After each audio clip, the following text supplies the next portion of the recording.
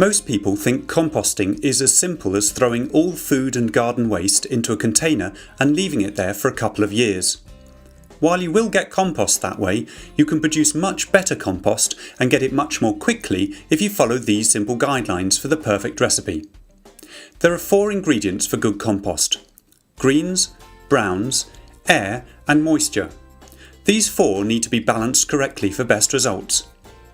The ingredients you add to a compost heap contain carbon and nitrogen. The ratio of carbon to nitrogen determines whether we label it a green or a brown. Ingredients that have a relatively high nitrogen content and a carbon to nitrogen ratio below 30:1 are called greens. Ingredients with a lower nitrogen content, in other words a higher carbon to nitrogen ratio, are called browns. Colour isn't always a reliable indicator of what is a green or a brown material. For example, fresh grass clippings when spread out and left to dry are still considered a green ingredient even though they've turned a brownish colour because really all they've lost is water. On the other hand, straw is always considered a brown because before it was cut the main stems had died and much of the plant's nitrogen had gone into the seed as protein. Good examples of greens to add to your compost pile are grass clippings which haven't been sprayed with weed killer, vegetable waste, fruit peel, annual weeds before they've developed seeds, and old bedding plants. Don't compost animal products such as meat and try to avoid adding diseased plant material or fats and oils.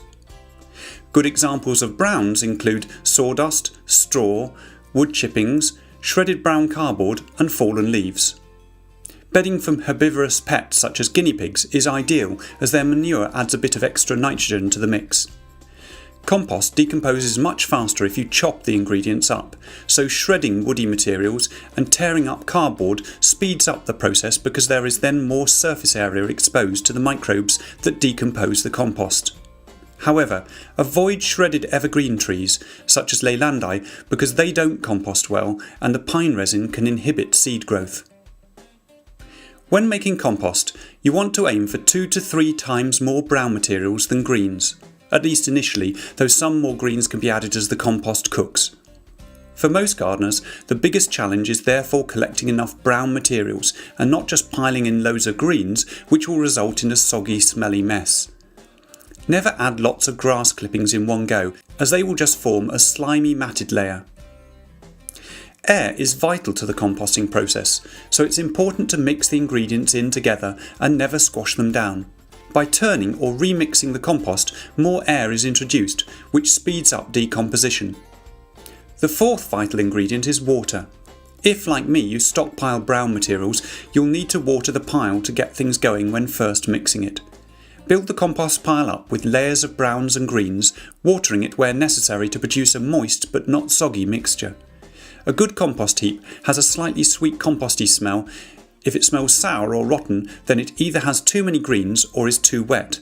In either case, the remedy is to mix more brown materials in to compensate. By getting the right balance of 2 or 3 parts browns to 1 part greens with moisture and air, you're giving the microbes that decompose the materials the best conditions to work in. As they break the organic matter down, they give off heat, which in turn speeds up the decomposition. In a well-mixed heap, temperatures can easily reach over 150 degrees Fahrenheit or 65 degrees Celsius. This heap, for example, was mixed several days ago and it's already been cooking nicely, though it's starting to cool a little now.